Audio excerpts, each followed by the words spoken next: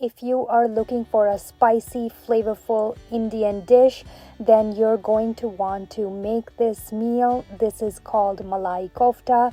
This is completely vegan and low in fat, so make sure you stick around till the end.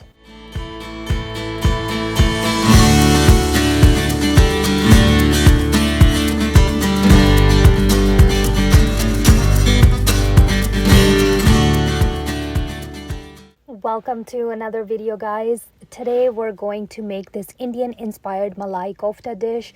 We're going to start by pressing extra firm tofu, and you're going to want to make sure that you remove the water from this tofu really well. If you don't have a good tofu press, then use your hands or a heavy dish to let it sit on top and make sure the moisture is completely removed before you make this dish. These are all the ingredients you're going to need to make this dish. I will make sure to leave all the details in the description box below. And I will also be using some cashew sour cream, which I made. This is completely optional and you can totally not use it if you don't want to. And once tofu is pressed, you're going to really grate it or use your hand to break it down really nicely. And you're going to boil your potatoes and then mash them really nicely. And then you're going to add everything together in a bowl on top of the tofu, and then add your spices. And then you're going to want to really dig in with your hands. You can wear gloves if you like. And then you're going to really incorporate everything really nicely. I'm also going to be adding some cornstarch in here to bind everything together and to get those kofta to get really crispy. And once everything is formed really nicely, then you're going to want to use your hands to form them into a nice bite-sized balls. And then you're going to repeat the process until the entire mixture is done. This is the longest part of making this dish, but everything is easy afterwards. I am using air fryer to fry these, but you can totally bake them, and I'm lightly spraying them with avocado oil, and then I'm going to air fry them for 20 minutes at 400 Fahrenheit, and I'm going to make sure to flip them gently halfway through. To save time while these balls are air frying, we're going to start by sauteing our onions, and once onions have browned, then you're going to want to add grated ginger and garlic, and as well as cinnamon sticks and cardamom, and you're going to let that fry for another 2 to 3 minutes until ginger and garlic start to release that nice smell. And then you're going to add some tomato paste and about half can of crushed tomatoes, and you're going to let that cook for another 5 minutes on low to medium heat. Once tomato paste and tomatoes have cooked nicely, you're going to add your spices in and cook it for another about 1.5 to 2 minutes on a low heat. And then this is the coconut milk I'm using. I like to use low-fat coconut milk in my recipes.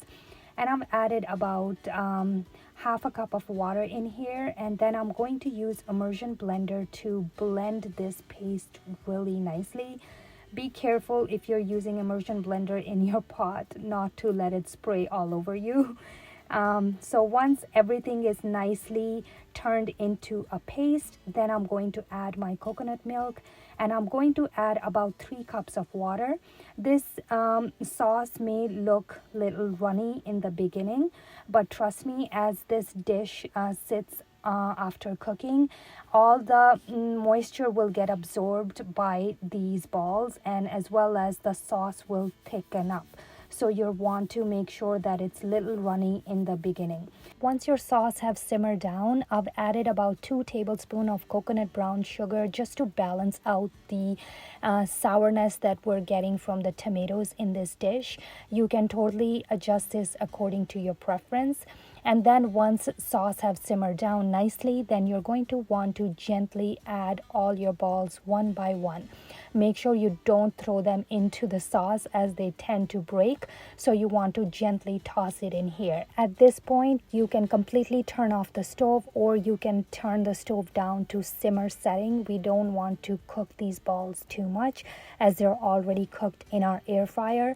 And then I'm going to add about 2 tablespoons of cashew sour cream. It's really diluted. This is completely optional. If you are trying to lose weight and you are allergic to nuts, you can completely omit this. It's optional. I tend to omit this most of the time when I'm making this dish for myself and for my kids. But if I'm serving it to my guests, then I will add that extra cashew sour cream in here to give it more flavor and richness. And you can also add that cashew sour cream when you are serving, so you don't have to have it inside your entire dish. You can just drizzle it on top of your meal when you are serving it, just the way I have shown you here. And then we like to eat it with naan bread or with rice. That's completely up to you how you'd like to serve it. This is such a delicious, flavorful dish. My entire family loves it, and I have served it to my guests many times over the last few weeks, and they've all enjoyed this so much. It has ton of flavor and it's so rich and creamy, and yet it is completely vegan and it's low in fat. I am so excited for you guys to give this meal a try. You're absolutely going to love this dish.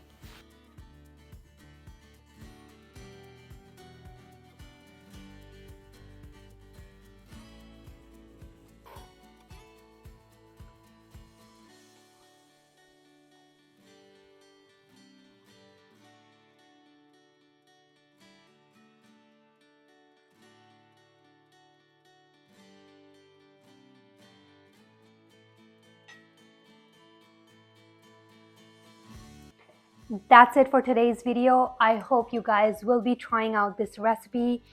As always, I appreciate everyone that watches my videos. And if you find my videos helpful on your plant-based journey, then please make sure to give this video a thumbs up and let me know in the comments below. I hope you have a lovely day, and I will see you guys very soon on my next one. Bye.